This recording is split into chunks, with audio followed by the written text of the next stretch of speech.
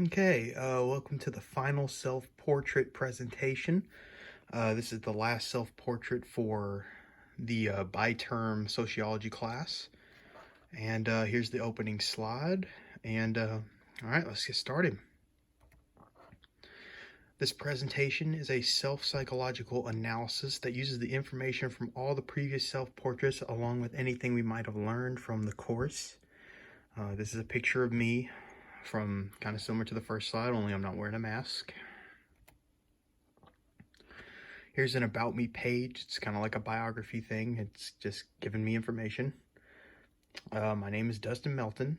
If you read from the first slide, I'm a freshman in college, which is kind of obvious. I attend Campbellsville University. Again, kind of obvious. I'm on the CU swim team. I'm around 6'2", white Caucasian male with curly brown hair, as you saw from the pictures, brown eyes. I also just recently turned 19. I turned 19 on December 7th, not even a week ago. It's pretty cool. All right, next slide. This is me whenever I was growing up. Was born in Murray, Kentucky. After I was born, moved to Dixon. I stayed there till I was 3. And then right before I turned 4, we moved to Hanson, Kentucky, and then lived there till I was around 15, then moved to Madisonville, which is where I'm currently at, where I'm giving you this video presentation. Here's a picture of me and my family. I decided to use a Christmas photo since Christmas is right around the corner. I currently live with my mom and dad right now while I'm on break and not on campus. I also have a little sister. She's the one on the right. I also have more family members, of course. We got 2 sets of grandparents, uncles, nephews, all that jazz, but I don't see them near as much as I see the parents and the sister. The other family members haven't impacted my life near psychologically as the others have. My parents have been married for 22 years. Being in a nuclear family helped me feel a lot more secure my whole life. My parents taught me right from wrong. It's where I learned a lot of that stuff. They were very supportive of me. I'm very thankful for all they've done. My strong family has helped me shape who I am today, and we'll get more onto that in the next few slides. How I became me. A lot of what helped me develop my personality can be explained by the agents of socialization. I believe the agents of socialization were introduced in module 3, or it was module 4. The agents that influenced me the most were my family, my peer groups, which is your group of friends, or my group of friends in this instance, my school, more specifically my high school, my workplace. I worked at the YMCA here in Madisonville. My religion, I'm a Christian. And then social networking, my social network. All these agents had the biggest impact on my social development. There are more agents, just they weren't as impactful as these were. Put them in the pres because of that.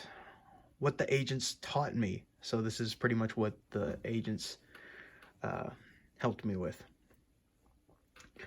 As I discussed in the previous slide, the agent's socialization helped me become who I am on a social level.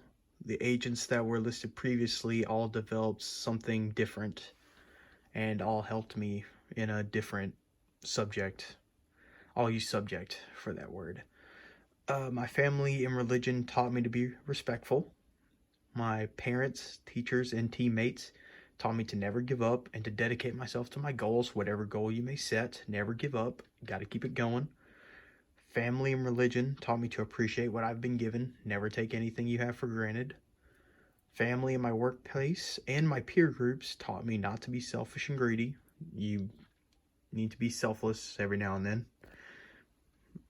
I would suggest doing that all the time, but you never know. My workplace, which YMCA, I'm a lifeguard and a swim instructor, taught me how to better interact with people of other age groups and ethnicity. I'm sorry, I can't say that word very well. Being a lifeguard, you get to meet a lot of different people from all around the world. I've met people from Jamaica and Haiti, all around. My deviance, I was not that deviant when I was growing up. I would follow most, if not all, the social norms that everybody else was following. I wasn't a follower, but I wasn't not a follower. Sorry, I was thirsty. As I entered high school, I became a little more deviant. I wasn't a follower. I wanted to do my own little thing.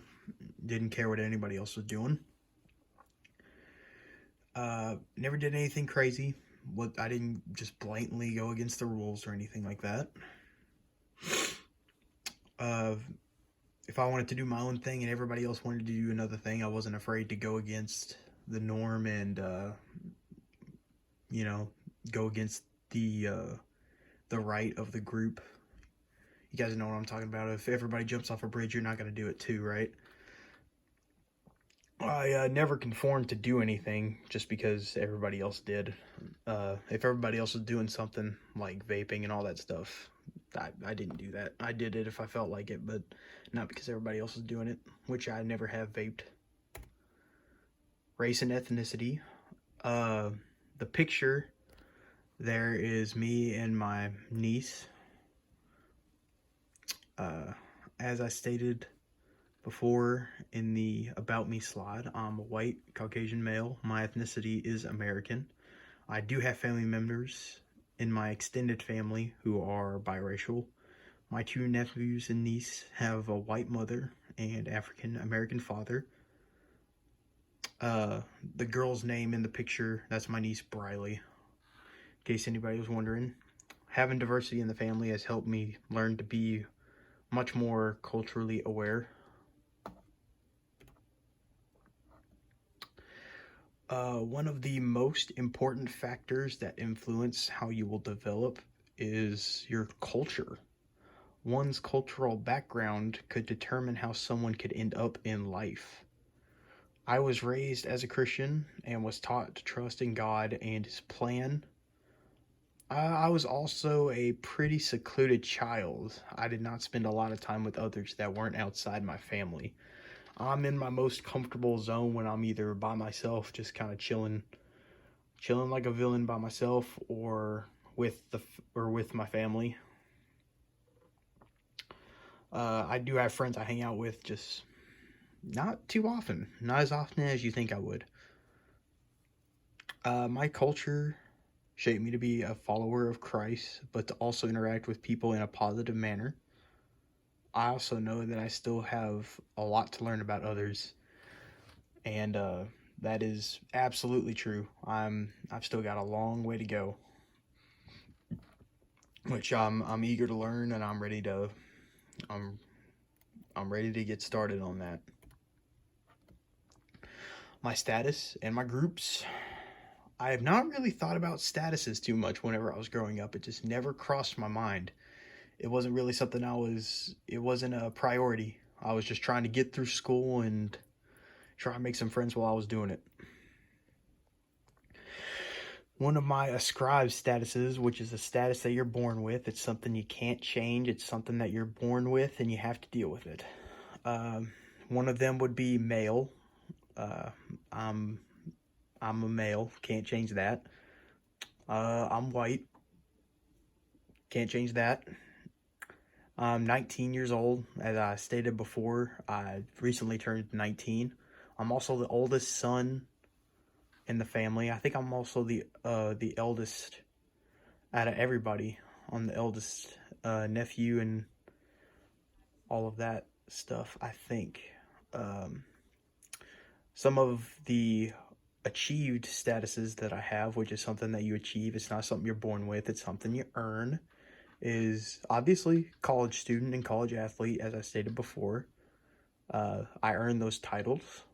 And then the last example is a Christian. I earn that title, I went to church.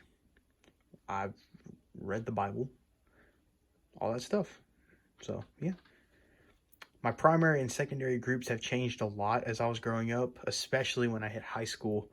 My primary group mainly contains my swim team teammates.